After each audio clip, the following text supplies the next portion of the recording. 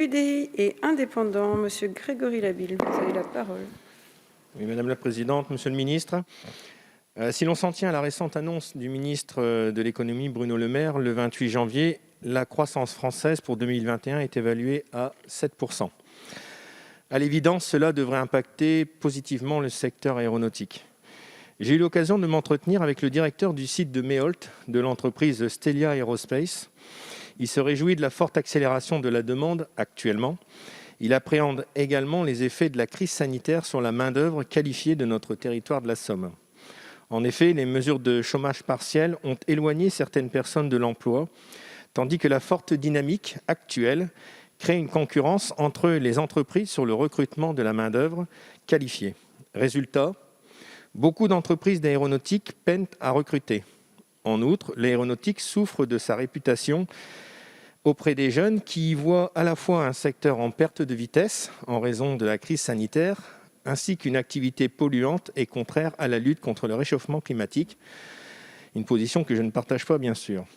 Là encore, les résultats sont très concrets. Entre 2020 et 2021, le nombre d'élèves au sein du lycée Henri Potez de Stelia Aerospace à Méholt est passé d'une vingtaine de candidatures à une petite dizaine. Ainsi, Monsieur le Ministre, si le recrutement est davantage du ressort de l'entreprise, l'État doit quand même aider les entreprises de l'aéronautique. Ne pourrait-il pas, à travers des campagnes de publicité valorisant le travail dans le secteur de l'aéronautique, aider ces entreprises à attirer des jeunes apprentis tout en insistant sur les nombreuses offres de travail dans ce secteur? Je vous remercie. Merci, chers collègues. Monsieur le ministre. Oui, merci Madame la Présidente, merci Monsieur le député. Moi je prends votre proposition et elle sera étudiée. Je ne sais pas dans quelle mesure l'État, aux côtés des régions, peut effectivement se prêter à cet exercice de valorisation des savoir-faire et de mise à connaissance des compétences qui sont demandées par ce secteur. Ce que je sais, c'est que ce que nous avons tenté de faire, ce que nous tentons de faire sur le secteur des transports, c'est de donner de la visibilité, à la fois sur la dimension technologique et sur la dimension financière, en nous commettant en quelque sorte dans des investissements qui sont tout à fait considérables et tout à fait structurants.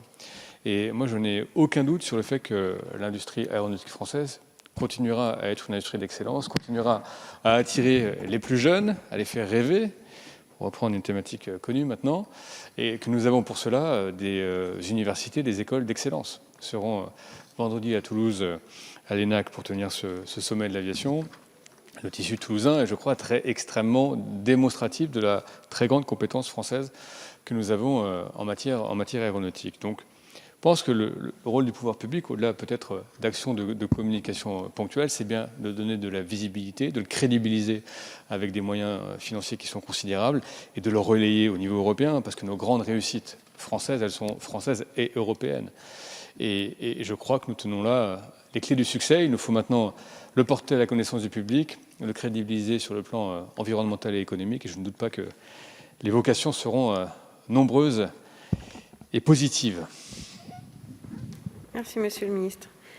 La parole